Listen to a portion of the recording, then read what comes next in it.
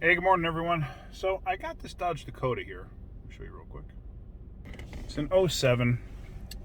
Got a check engine light and the gas cap information written up on the odometer.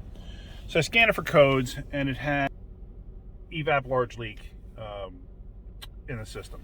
So I went out and I checked, and the gas cap was indeed loose. It wasn't super loose, so who knows? But so I took it off. I checked the seal and everything else. Everything looked fine. The filler neck looks fine. So I reinstalled the gas cap. It doesn't feel like it gets all that tight like it should. So I fiddled with it, and I actually got it to get much tighter. So with my scanner, I'm going to show you something. See that? I could do an EVAP monitor test. So what I'm going to do is I'm actually going to go through the test. Oops, sorry. I'm going to go through the test, and I want to see if it'll pass the test. Now, to do this, I actually got to clear all the codes out of it. So let me go ahead and do that. So this is actually in the Troubleshooter section.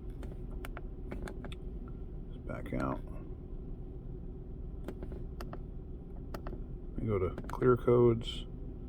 Now, on a Chrysler, you have to turn it off, turn it on. Oh, now this one here, let me just show you real quick. Remember I showed you the key on, key off trick? This one does it too. So they don't all do it. See, there's multiple codes in here. So here we go. I'm just going to clear the codes. Okay, so we're erased. So now, go to Troubleshooter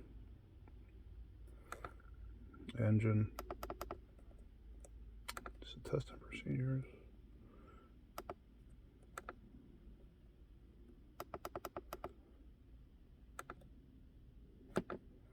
Okay, oops.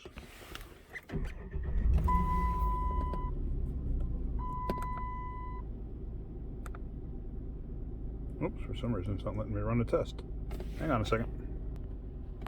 I just had to read everything. I gotta hit this icon here to actually run the test. All right.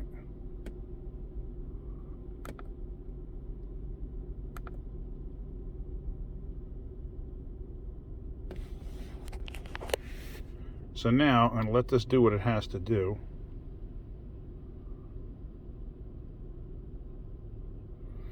And a lot of times what this is going to do, the test is in progress.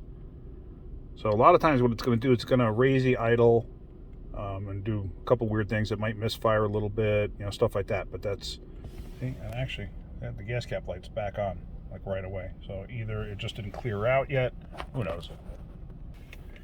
But I'm going to run this test, let it complete, and then we're going to go from there and see what happens. So let me just hang on to this for a minute, and we'll be right back.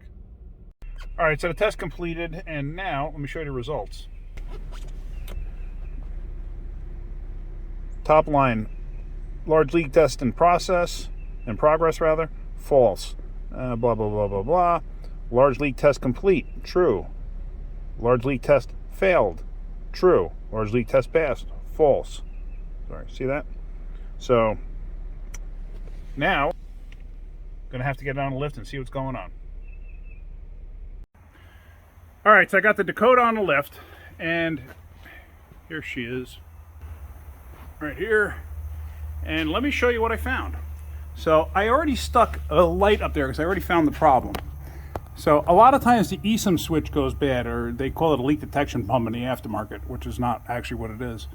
But if you look, you see I got a light up there. Here's the gas tank. Here's the gas tank.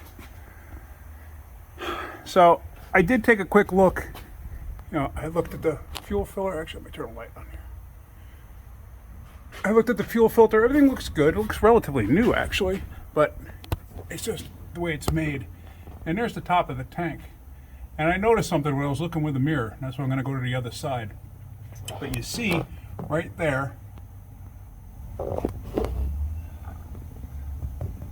that's the charcoal canister right there.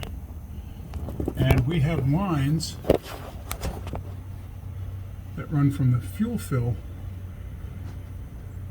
down and across. And on the back side there, that's a vent line. And you can't see it from here, but let me go to the other side and you'll see what I'm talking about. So now what I'm going to do is take a mirror and stick up there. And let me reposition myself so hopefully you can see this. It's not going to work like that. I'll zoom in. And there's the mirror. Can you see that? Oh, the lines just end right there? You can see that, right? That's a mouse. A mouse chewed through those lines. They are no longer connected to anything.